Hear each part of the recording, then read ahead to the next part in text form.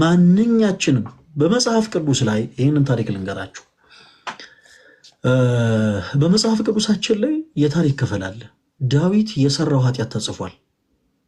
ለራሳችሁ ጠይቃችሁ ታውቃላችሁ? ክርስቲያኖች ዳዊት የሰራው ኃጢአት መጽሐፍ ቅዱሳችን ላይ ምን ያደርጋል?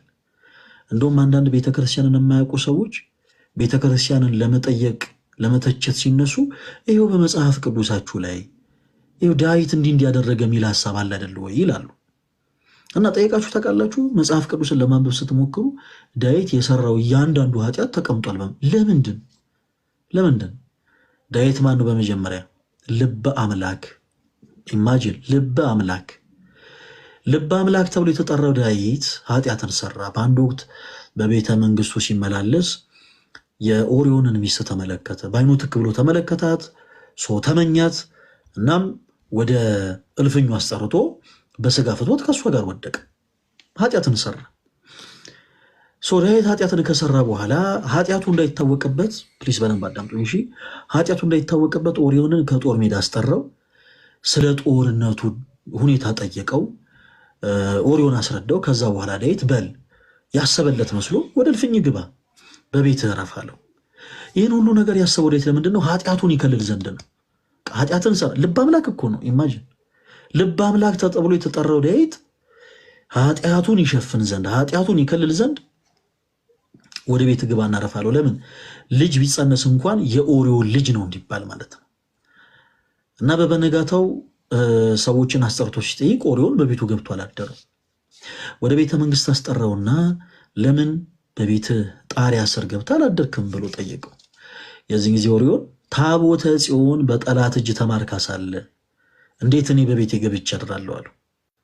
የዚህ ጊዜ ዳዊት ሌላ አማራጭ እንደሌለው ሲያቅ የሞት ደብዳቤ ጽፎ ኦሪዮን ይገደል ዘንድ ለወታደሮቹ አለቃ ደብዳቤን ጽፎ ለራሱ ለኦሪዮን ሰጠ።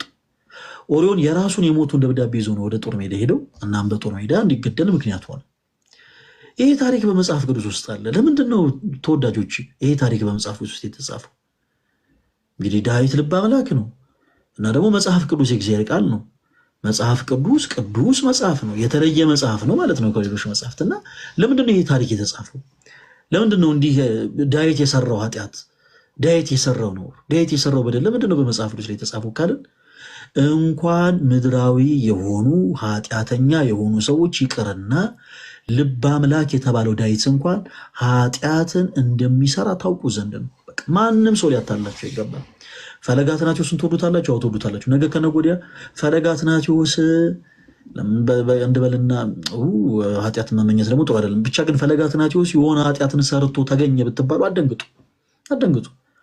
ምክንያቱም እንኳን ደካመው ፈለገ አትናቴዎስ ይቀርና ልበ አምላክ የተባለው ዳዊት በራሱ ኃጢአትን ሰርቷል። እና ማንኛችን ንጹህ ነን በእውነት እንደው ከምን የተገኘ ሰሊጥ አብረ ተወቀ ጦንና ነገሩ ልክ አንዳንዶቻችን ስንናገር እንደው ንግግሮችን አሳምረን እኛ ጻድቅ ሌላው ደግሞ ፕሊስ እርስ በርሳችን አንካሰስ። ወቅቱ የጾም ወቅት ነው። በመጽሐፍ ቅዱሳችን ላይ ዳዊት የሰራው ኃጢአት የተጻፈው ልበ አምላክ የተባለው ማለት ከዳዊት በቀር ማንም ልበ አምላክ አልተባለም።